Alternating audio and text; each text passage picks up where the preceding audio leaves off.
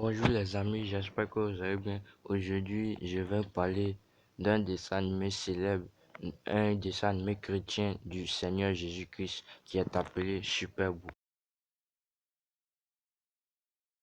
Si la plupart de vous connaissent, Superbook est une animation chrétienne faite en 2016, apparemment sortie sur les plateformes d'animation chrétienne, et la dernière saison, la saison 3, est sortie en 2023. Je pense qu'ils sont en train de faire une saison 4, peut-être pour terminer l'acte de Superbook. Je pense qu'il y aura deux dernières saisons comme la saison 3 et la saison 4. Non, la saison 4 et la saison 5. Pour ceux qui ne connaissent pas, je vais vous faire un petit résumé du premier épisode de Superbook. L'épisode commence où Dieu créa Adam et Ève, si vous savez bien ceux qui lisent la Bible. Et après, il, il dira tout ce que je sais dans la Bible. Dieu créa la lune, les étoiles et autres, ainsi que ses créations, les hommes. Après sortir de la première scène, nous rentrons dans la première scène. À ligne 1, Chris et Gizmo espionnent le père de Chris qui est un inventeur qui voit sa nouvelle invention, mais Aline leur prévient de ne pas y faire. Mais aussi, c'est ce que le père de Chris avait dit, mais malheureusement, ils n'ont pas voulu écouter. Cette histoire, si vous le savez bien, à chaque moment de leur vie, il y a une histoire à ça, et c'est ce que le créateur veut nous présenter dans son œuvre.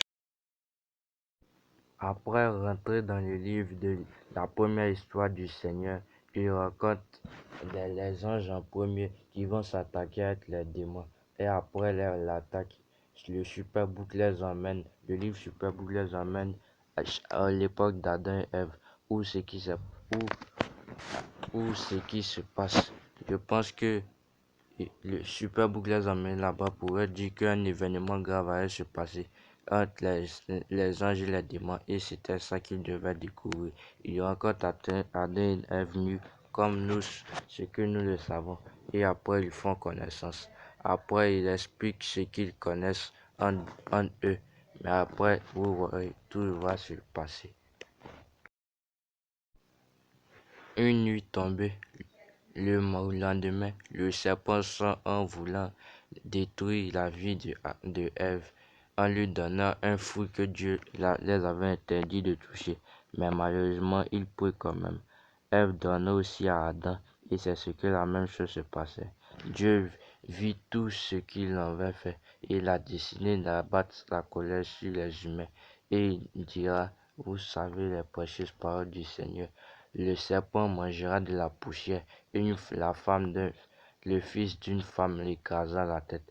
Et l'homme sera misérable, mais il seulement travaillera pour la sueur de son front pour récolter quelque chose. Après ces mots dits par le Seigneur, le Superbook termine sa mission avec Chris, Aline et Gizmo est parti, et Satan se transformera. Peut-être que ça doit être lui le serpent, car nous savons que les serpents n'ont pas de cornes. Il y a des serpents à cornes, mais ça ne veut pas vraiment dire que Satan est le serpent. Mais Satan partit pour un jour se venger de Dieu, qui a sa parole dans cette scène.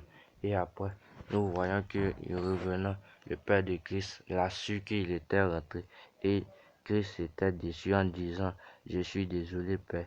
Mais nous savons bien qu'il a pu lui pardonner. Il a pu lui pardonner, mais il y a eu des conséquences à cela. Voilà ce que vous devez retenir.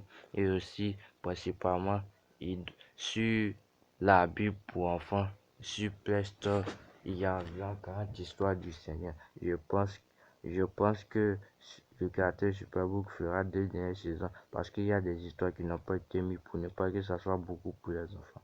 Je pense qu'il mettra pour faire ces 2 dernières saisons, la saison 4 et 5. Et l'aventure touchera sa fin. Merci beaucoup de m'avoir suivi, et à la prochaine pour une nouvelle vidéo. Je vous dis bye.